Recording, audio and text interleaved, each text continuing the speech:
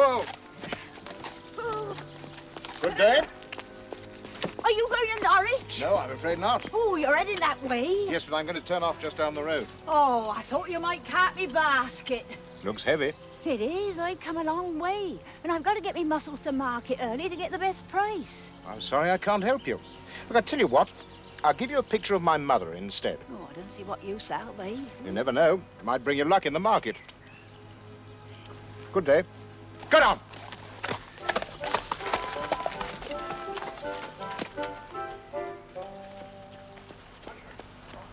It's gold sovereign.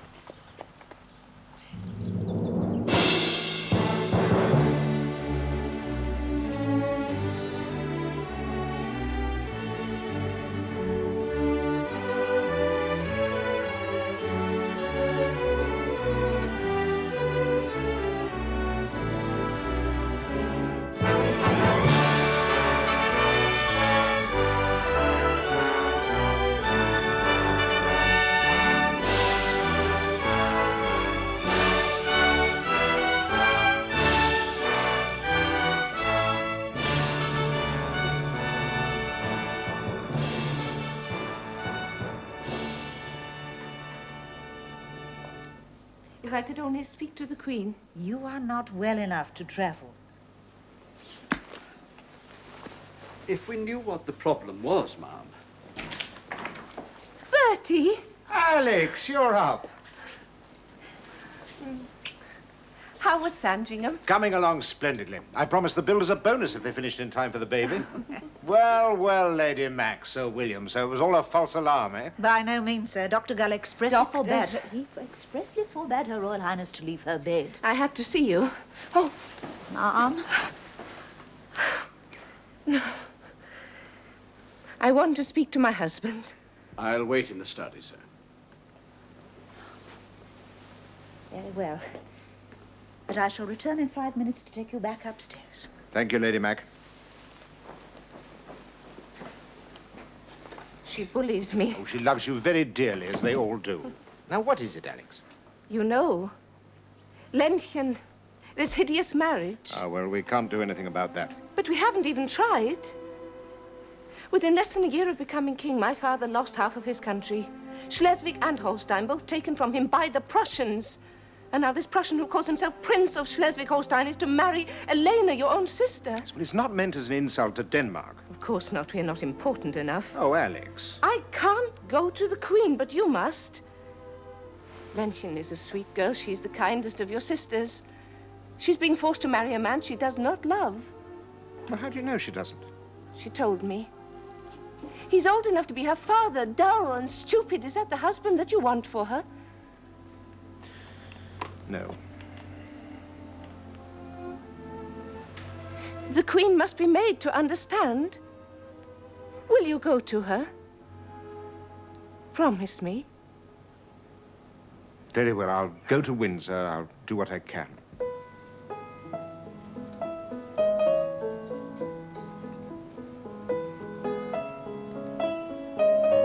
No, Bertie. This Prince Christian, he's not the man for you. Someone must speak to Mamma. Please, please, no. I must marry him. Lenchen. I always thought I would be the one who had to stay at home. When Mamma told me I was to marry, I couldn't believe it. I'd be free. Then when I met him, he was so different from what I imagined. I cried myself to sleep every night. Oh, my dear. Oh, you're in here. I'll tell Her Majesty.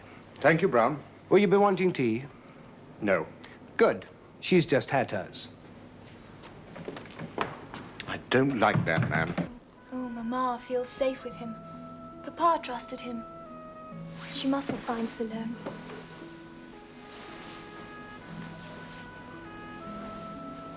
Thank you, Bertie.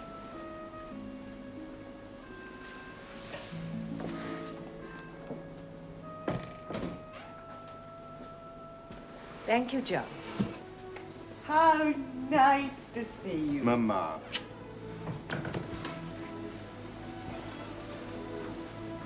Brown told me Lenchen was with you.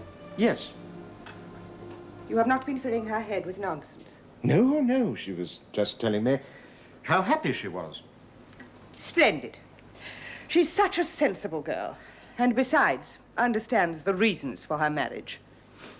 I wish I did. Alex is upset by it. Well, naturally. Your wife is delightful, but she has not yet learned to keep her duty to me and her private feelings separate. We all deplored the seizure of Denmark's territory by Prussia, and even more the unprovoked war they launched against their oldest ally, Austria. Well, doesn't that prove what they're like? We can't trust them.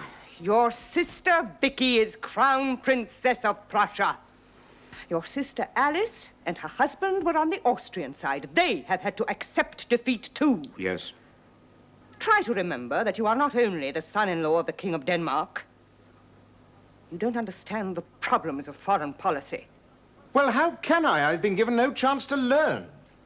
All I know of foreign affairs comes from gossip and the newspapers. Now, how can I serve you and the country properly if you keep me in the dark? Mr. Disraeli agrees with me. You will only be fully trusted when you have learned to be discreet. You fill your days with mindless amusements and frivolous conversation. And do you know why, Mama? Because I have nothing else to do. Oh, people want to see me because I'm your son. But I can't talk to them seriously because if I did, they'd find out within minutes that I know less than any clerk in the government. I realize it is difficult. I shall consider it. Meanwhile, your duty is to be with your wife who is ill. Oh, Alex is well looked after. She needs your comfort and support, especially since you have brought her to this. How? By forcing her to run about every night with you in society. You have already had 2 boys, both born before their time. Try to make sure that this one comes into the world when it should.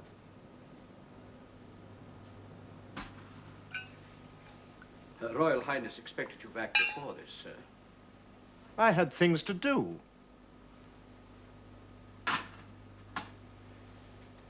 May I speak to you, sir? Were you sent for, Doctor? Dr. Gull has been here for the last 4 hours. I'm afraid that Her Royal Highness has taken a turn for the worse. The inflammation in her hip and her leg has increased. What is it? Rheumatic fever, sir. And in her present condition. Will she lose the baby? Not necessarily, sir. But it will undoubtedly once again be premature. She is already in great pain, sir. Well, can't you give her something? She would not even take a sleeping draught in case she was asleep when you return, sir.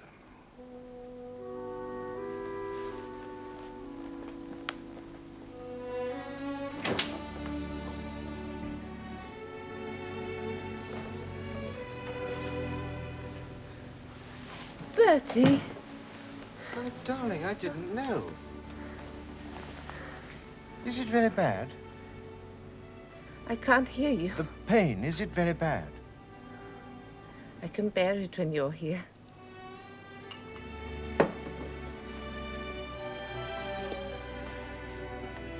You must take this. No, I don't want to. You must sleep. And don't worry, I'll stay with you.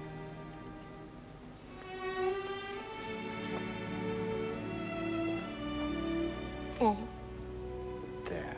Now lie back. Where were you? Affie was home on leave. We had dinner. As long as I know where you are. I'm here now, my darling. Rest. You're so kind.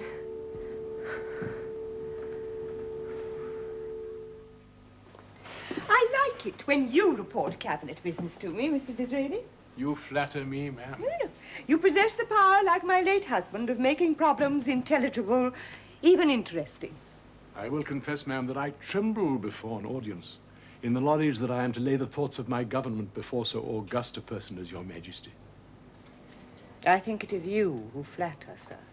On the contrary, your Majesty's life has been passed in constant communion with great men and the knowledge of important transactions. This rare experience will have given your Majesty a unique advantage of judgment which few living persons can rival. Well, I have certainly learnt by experience. The Prime Minister has asked me to join his congratulations to mine on the occasion of the birth of your new grandchild. Lord Derby is most kind. I understand that Princess Alexandra is delighted to have a daughter. And once again, I missed the birth. It is my right to be at the confinement of my son's wife, but it seems it is not to be. I blame their self-indulgent way of life for her weak health. There have been letters in the newspapers, ma'am. And I agree with them. My son's duty is to set an example to society. But no, he goes where he likes, behaves as he likes, and I suppose once again he'll blame it on me for not giving him something to do. Well, it's only brandy puffs and cream. There was a husband. Not another helping, Bertie. That makes 3. Thank you, Effie. My brother's never learned that it's rude to count. Harriet. Oh, I couldn't. Mordred, your wife's not eating. She has an appetite like a sparrow, sir. Oh, come on. Hortense, can I tempt you to anything? I'm sure it would be delicious, but I must think of my figure. Quite right. I think I know the secret of the ladies. They eat fit to bust before they come out, so they can put us all to shame later on. Don't give the game away, Charlie. Anyway, what's wrong with a bit of weight? Oh, what indeed? Are you here for the Hartington's ball, Miss Schneider? Oh, I'm afraid not. Monsieur Offenbach has offered me a part in his next production. I must return to Paris. Oh, dear. I didn't know you were that much of a singer. I am not, mon ami. But it is a small theater, and Offenbach says it is more important the public have someone to look at than to listen to. Good for him! Time he came over here. You don't find it difficult, then, being minister in attendance on the Queen? Not at all, Prime Minister. She writes about you most extravagantly. Ah, that's because I always contrive to bring her good news. She can never hide her feelings. When I told her that the French had abandoned their empire in Mexico, I really thought she was going to embrace me. You know how to handle her. Ah, but I do admire her most sincerely. Then can't you talk her into showing herself a bit more in public? You managed it once. I succeeded in coaxing her to open the Albert Hall. How many of those do we have to build? She's an intelligent woman. Can't she see what's happening? I'm afraid she refuses to believe it. Agitation, Republican clubs everywhere. It's getting worse than ever. More and more people say, what use is she? Royalty must not only work, but must be seen to work. Yet as long as she stays shut away in Windsor Castle and the Prince of Wales goes on as he does. Well, I might see what I can do. From something she said, I gather that the Prince is eager for more responsible employment. What, young Tum-Tum? Does he mean it? It'd certainly be one way to use his wife's popularity. That's the royal family's best asset at the moment. Now that Canada's become a dominion, we might make him Governor General. Well, I suppose he might be serious. When I told him he couldn't have any expenses for his visit to the Paris exhibition, he still went. Paid for himself. I don't suppose the presence of a certain young actress could have had anything to do with it.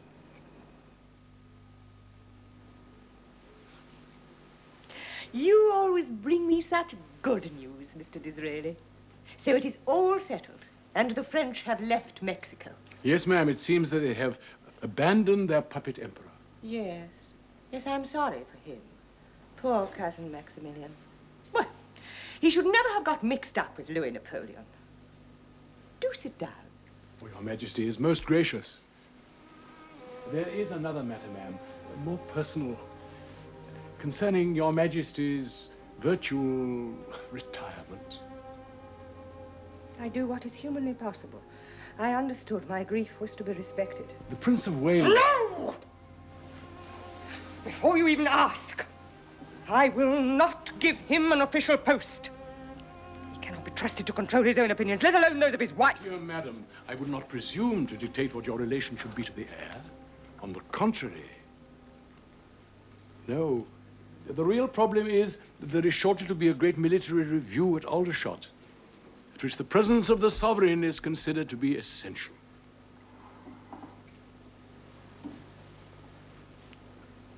I thought that you at least would understand, Mr. Disraeli. I cannot attend any public functions without the support of my beloved husband. Such a pity. especially as Her Royal Highness the Princess of Wales should be well enough by that date to appear in public. Alexandra. And His Highness the Prince is returning from Paris specially for the occasion. Bertie? How can he be there? Well, he's a field marshal, ma'am. We can hardly prevent him. But if he goes, he will be taken as representing me. That is why I ventured to suggest that if Your Majesty could feel herself well enough to attend, it would give the people an opportunity to demonstrate that their loyalty and affection is due in the first place to you, their queen.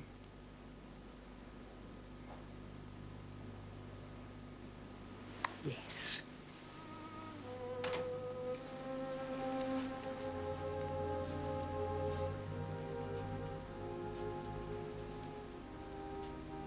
Yes.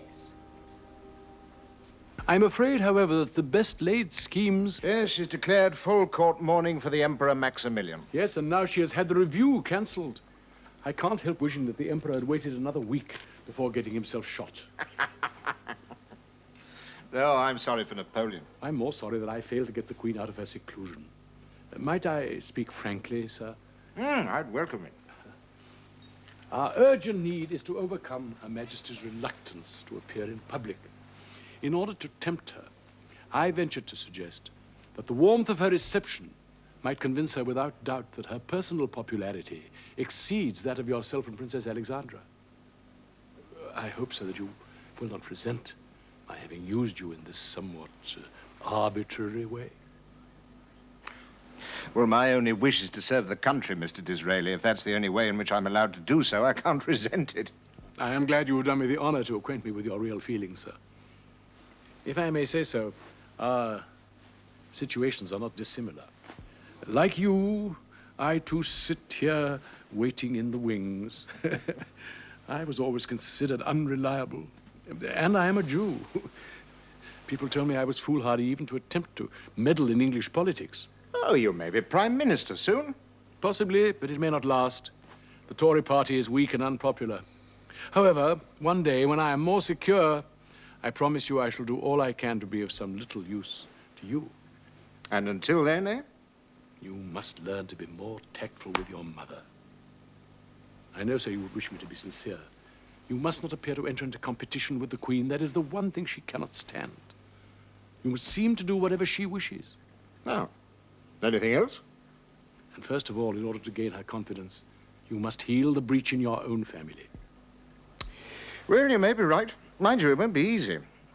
My wife feels very strongly about the violation of her country. Of course. But I know you will do what you can. Prussia is far too powerful to be offended unnecessarily.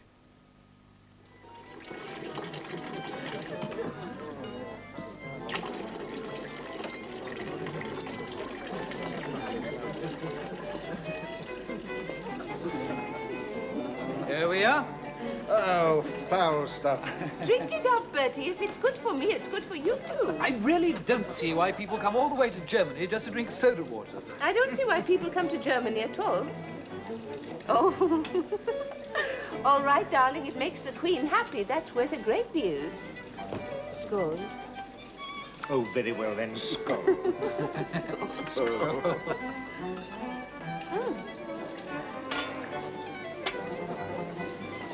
Alice! Bertie. What a pleasant surprise. Alex? Alice?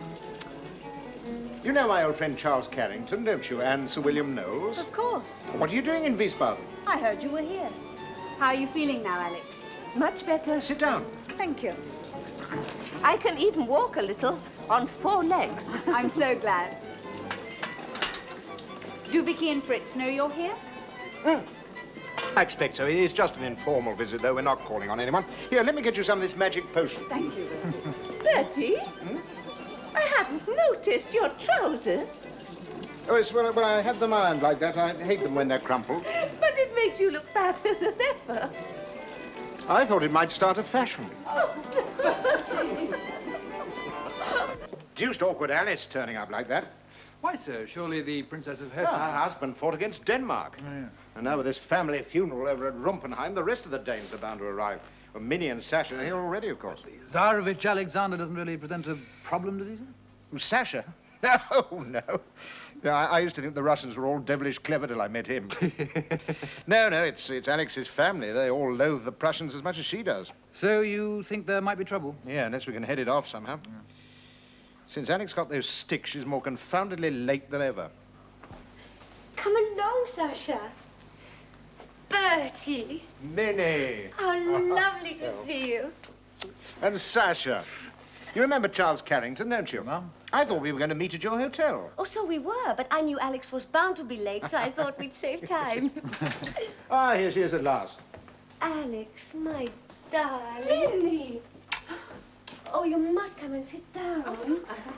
I was so excited when I got your message. Oh, it's been so long. How are you? It's so lovely to see you. When did you get here? Oh, not so long ago. Well, Sasha, do you have a good trip? Oh, good. Minnie looks well.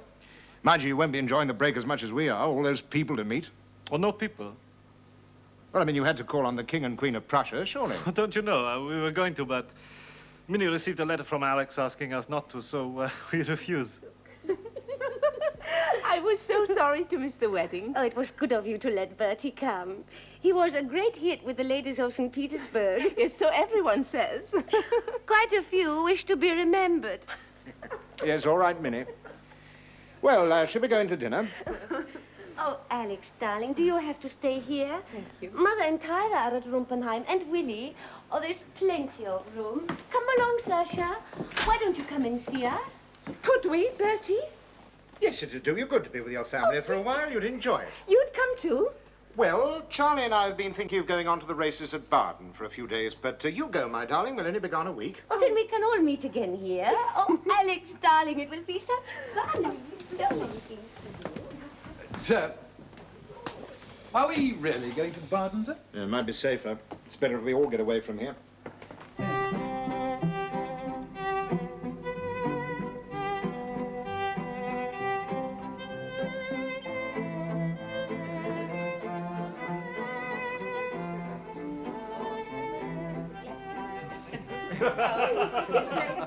Dear, dear Rumpenheim. I don't think I have ever enjoyed a holiday more. Why don't you come to Greece? No, Willie. I'm sorry, I can't hear. Why don't you come to Greece? She's promised to visit us in Copenhagen first. After you, Mother. Look. Bertie! Your trousers, that's much better. Oh, thank you, my dear. I'm glad you think so. Mamma. And Willie. It's good to see you. You, my dear, you look quite your old self. Oh, I am nearly. I only need one stick now. Splendid. Did you have a good week? Yes, we didn't do too badly, did we? Well, Willie, what does it feel like to be a king? I'm getting used to it. It took a little time. Mother and Father didn't tell me what was going on. I was on my way to class one morning, and there I saw it. On the newspaper wrapped around my sandwiches. Prince William of Denmark elected King of Greece. Oh, Willie's the sort of person who should be a king. Yes. I wouldn't mind him coming to see me at any time. What do you mean? May I speak, sir? During your absence, sir, the King of Prussia wrote to Her Royal Highness offering to call on her whenever it was convenient. Oh, good. When's he coming? He is not. I told him I would never receive him under any circumstances. You told him? I didn't send the reply, sir. What? Not in that form, ma'am. It was too blunt. How dare you? How dare Oh, no, you? Knowles is right. You must see him. I am not well enough. That's what I told the King. Mamma, Your Majesty, you realize what this will mean? If he's offered to receive Alex, she must see him. No. Of course not. Minnie, I think you should, Alex, really. No. Alex? Never!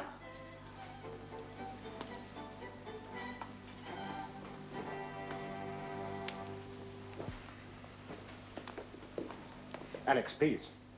For my sake. No. The king knows you are much better, Alex. He has taken great offense. I might have known that you would support him. That is unfair. No one has suffered more from Prussian arrogance than I have. Alice and Vicky and Fritz and my father.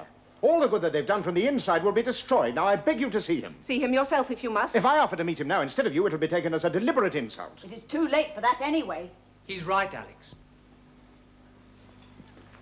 Sasha, Well, you see him. No. Let Sasha speak for himself. I do not think so. In any case, he's not asked to meet me. Why are you crawling to those Prussians? Mama! Well, if he does call, I shall meet him. Mama, you cannot! She is wiser than you. It is a question of common sense. It is a question of feeling. I shall never forget what happened to my country. Crawl if you must. I shall never forgive, never. That's enough! It is your duty to put your personal feelings behind you. It's time you all realized who I am and what I am. The others may do as they please, but you, madam, will behave as my wife. You shall receive the King of Prussia.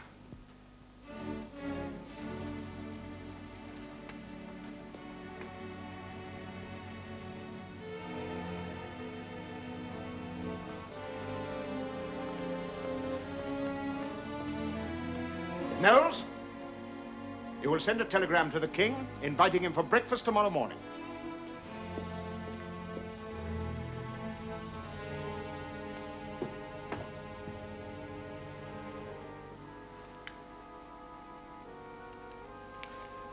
Should be here any moment. Yes.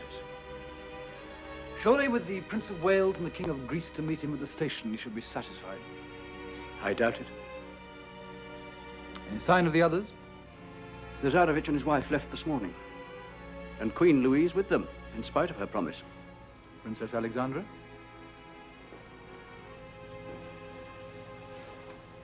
Morning, ma'am. Your Royal Highness looks pale this morning. Small wonder, Sir William. You are doing what is right. I am being forced against my will and my conscience to meet this man, though I cannot promise what my reaction will be when I see him.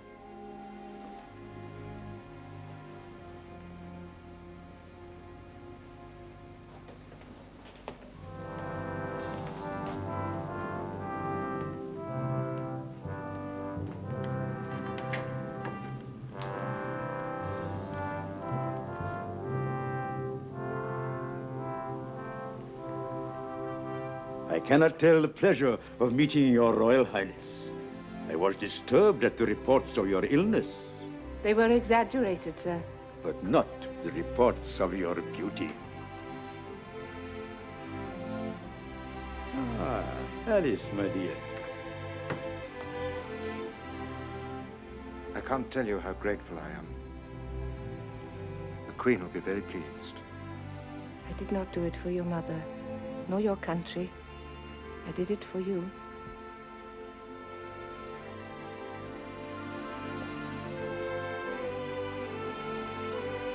Your Royal Highness.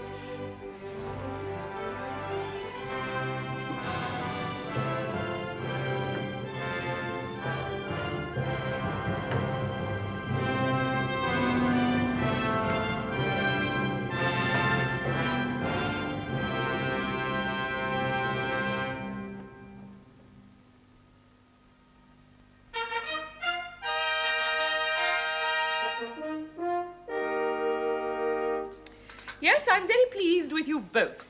During the past 2 years, you have behaved in an exemplary fashion. Thank you, Mama. More tea, Alex? No, thank you, Lenchen. I was particularly pleased by your reception in Ireland. I had grave doubts about your paying a state visit there, particularly at a time of such unrest. It was not without risk. They would have preferred to see you. Perhaps one day. George, what are you doing? Georgie. Stop it. Stop it at once. George, you are not behaving like a little gentleman, more like a little dog. And doggies do not sit at the table, but underneath. Go under the table. Mama. Under the table. I think perhaps that was a little hard, Mama. Nonsense. You're far too lenient. It's time you hired a governess to discipline them. But, Mama, if you treat children too severely at that age, they become shy, and then they start to fear those that they ought to love. We never indulged any of you, and it has had no ill effect. Georgie! What? What are you doing? You said I was a little doggy and doggies don't wear any clothes. Woof, woof. It's all right, Alex. Georgie, you naughty boy.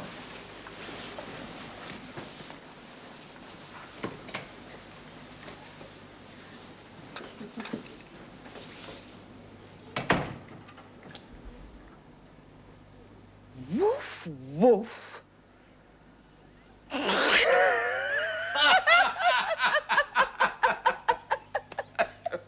Oh,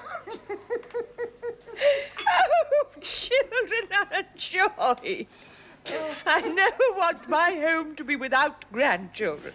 That is why I insisted on Lenhian and her husband staying near me.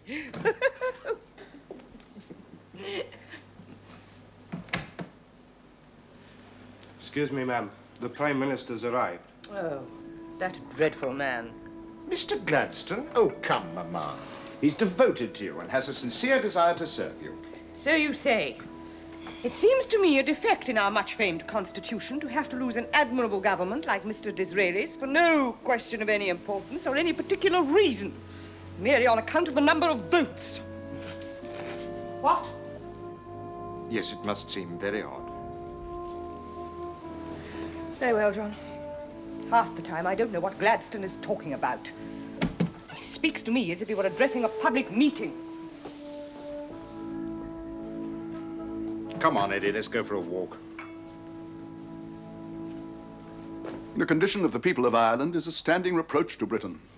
What can I think of a people who shot at my son, Alfred, Duke of Edinburgh, when he was handing over a cheque for charity? It shows that some of these extremists cannot simply be appeased. And while we are on this, the state visits of the Prince of Wales to Ireland and the Middle East have involved him in heavy expenses. Could not Parliament vote him more money? Yeah, the journeys of the Prince of Wales have in the main been of value, but the House of Commons has no intention or disposition to give him any addition. Of course, if your Majesty were to delegate some of your official duties to him... The real answer, however, and one to which I could give the highest approbation and support, would be for your Majesty to undertake these visits yourselves. After all, the Empress Eugenie of France has just won the highest acclaim by officially opening the Suez Canal. Indeed, yes.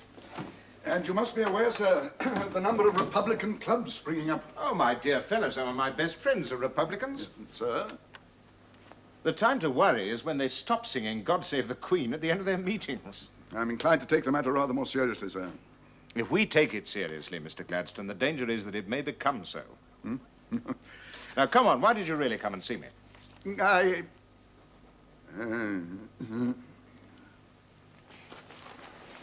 If your Royal Highnesses will excuse me. Of course, Lady Macclesfield. I find myself almost unable to communicate with the Queen. And it is essential in these days, with more and more power coming into the hands of the executive, that as Prime Minister, I should be able to do so. I feel she resents me, particularly over appointments. She will not realize that if she insists on fighting the government, the monarchy itself is in danger. Oh, yes. Please. Oh, I came to ask if you could use your influence. With the Queen?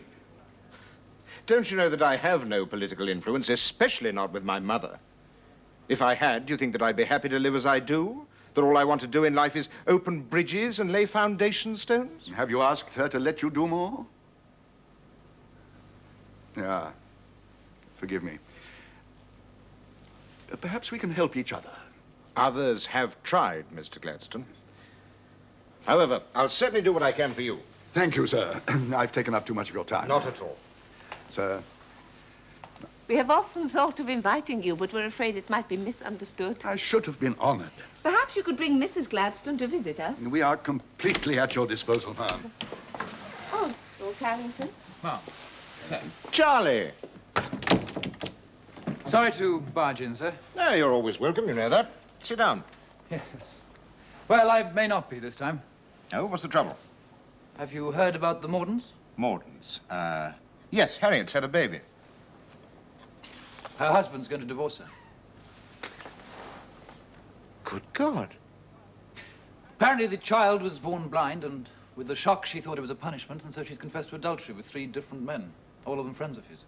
And he's going through with it? I'm afraid so. I mean, do they know what they're doing? It means social ruin for all of them, won't it? Who were they? Lord Coles, Freddie Johnson, and you, sir.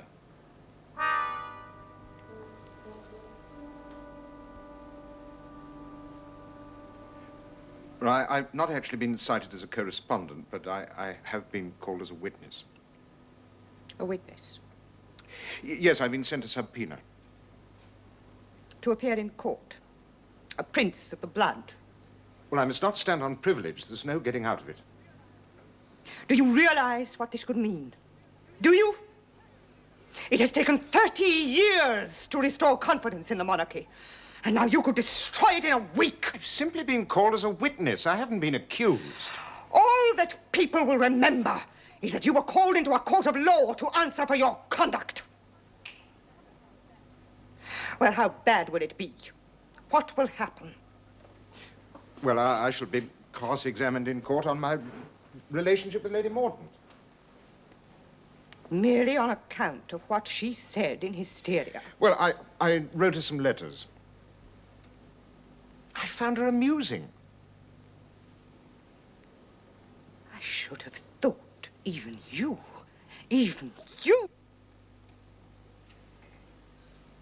Oh, Bertie.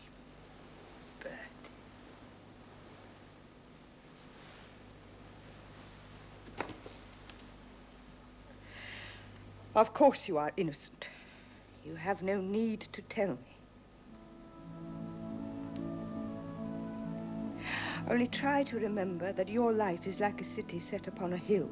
Everything you do, everywhere you go, is known, and people delight in believing the worst of us.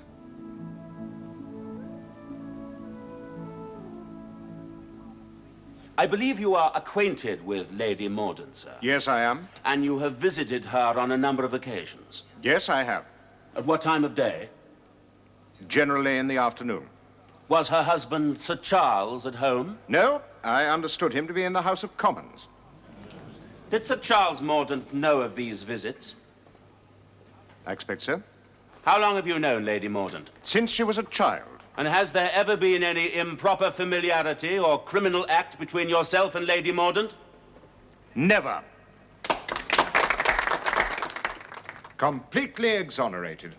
The divorce petition failed on the ground that Lady Mordaunt was insane. Now, what we do next is important. We must appear somewhere together to show our faith in each other. I'm leaving, Bertie. What? I'm returning to Denmark and taking the older children. When? As soon as possible.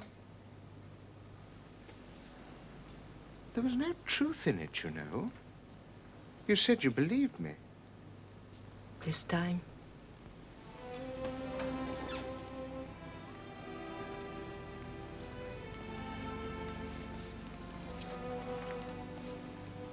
How long will you be gone? I don't know.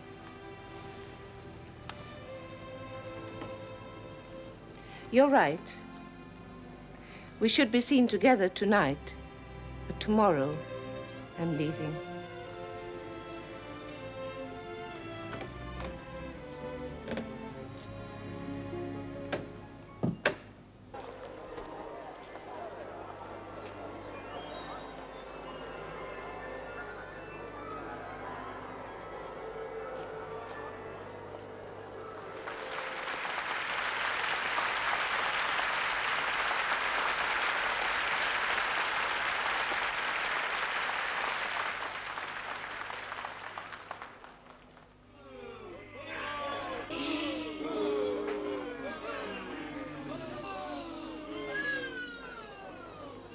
I say again, perilous times. Who cannot be seriously perturbed by this rising tide of republicanism? The Prussian victory over France and the fall of the French monarchy have encouraged a rabid demand for the abolition of the monarchy here in Britain.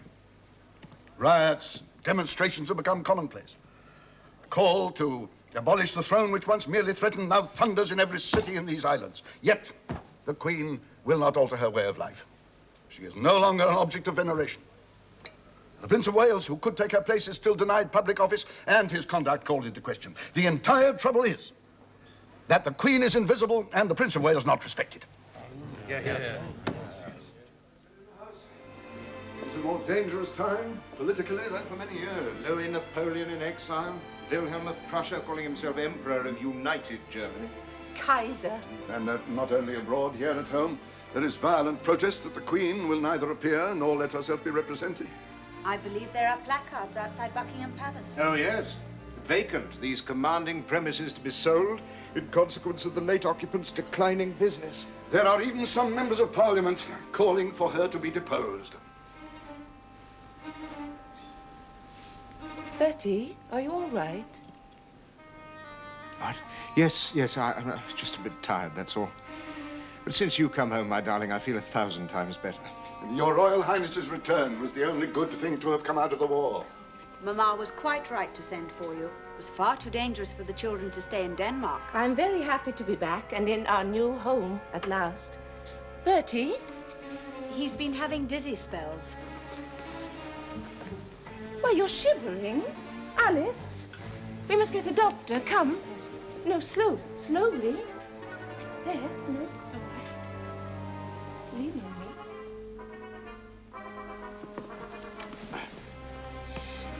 Look here, Dr. Gull, I can't stay in bed. I won't answer for the consequences if you don't, sir.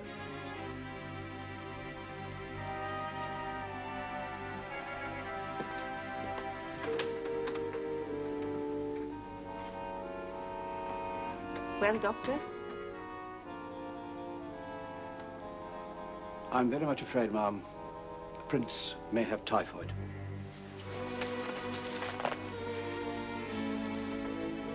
How soon will it develop? I believe very soon.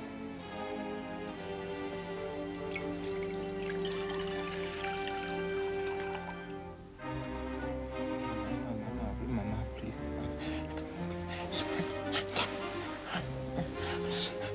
I'm sorry.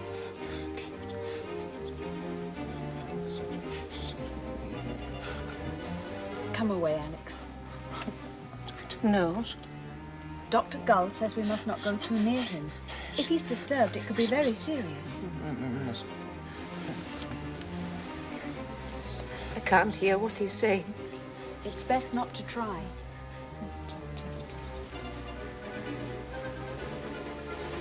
You must rest. No, I can't.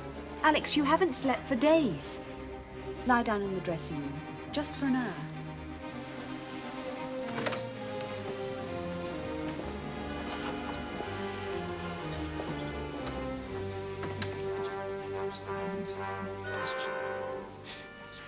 I can't stand waiting. Do they know where he got it? At a lodge near Scarborough. Some of the other guests collapsed, too. Lord Chesterfield is dead already. Hadn't we better tell Mother? She's not well enough to be told.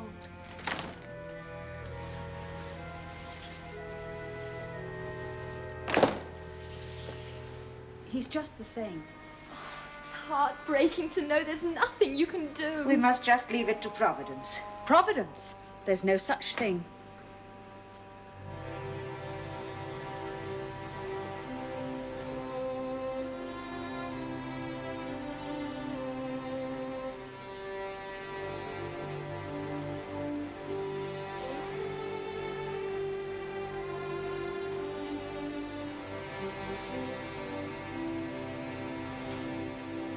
Where is he? Where's Bertie? Oh, boy. Just like his father.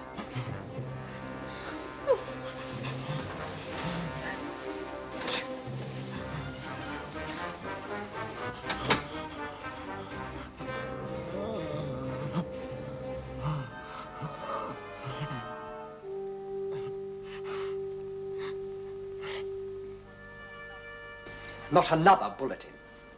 The demand for news is insatiable, Your Royal Highness.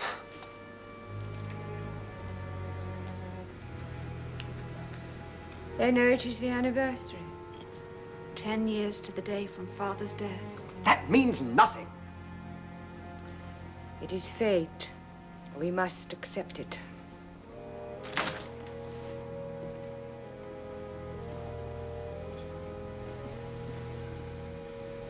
I'm very much afraid, Your Majesty, that the end is near.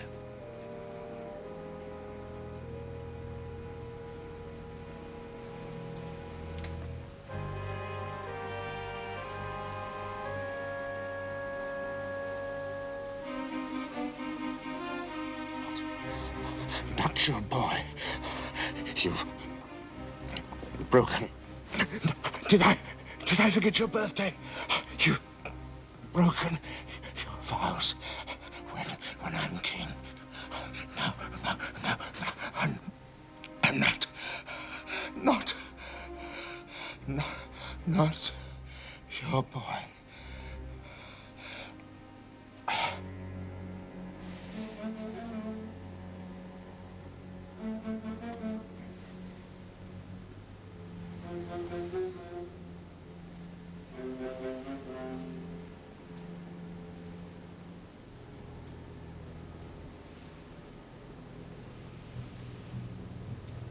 Crisis is passing.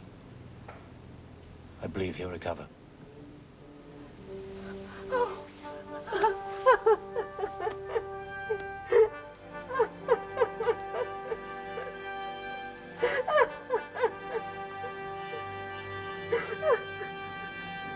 Words cannot express it. People wept in the streets, the excitement, the affection everywhere for both of you. Through reaction to your illness, sir, an elemental upsurge of loyal emotion has destroyed republicanism overnight as a significant factor in British radical politics. Strange that what proved too much for so many brilliant men should have been achieved by a few feet of infected drains. In the changed climate of opinion, sir, and provided that Her Majesty gives her assent, I am confident that I can persuade my government to create you, for an unlimited term, Viceroy of Ireland. Would Her Majesty ever agree? Well, the arguments are incontestable. It will give you valuable experience in kingship and will show the royal family in the visible discharge of public duty. And it may go far to settle the discontent in that unhappy land. It would be welcomed in Ireland. I've never been more certain of anything.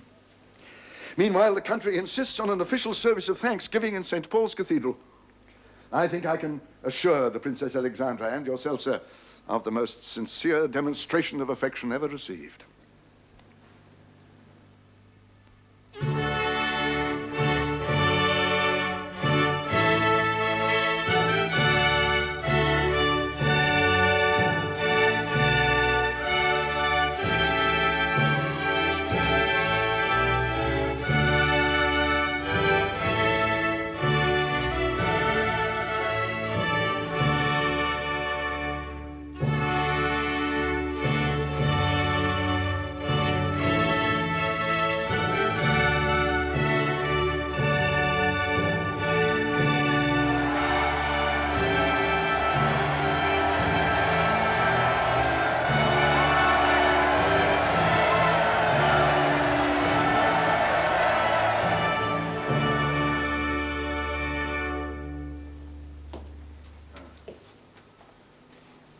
William. I have just come from the Queen. The reception at the cathedral has proved to her the people's unshaken loyalty to the throne, which she feels she cannot lessen by sharing it with anyone else. She utterly rejects the Irish plan and any other that I may present to her. Did she say what she had in mind for me? Her words were, any encouragement to his constant love of running about and not keeping at home or near the Queen is seriously to be deprecated. I shall, of course, press the matter again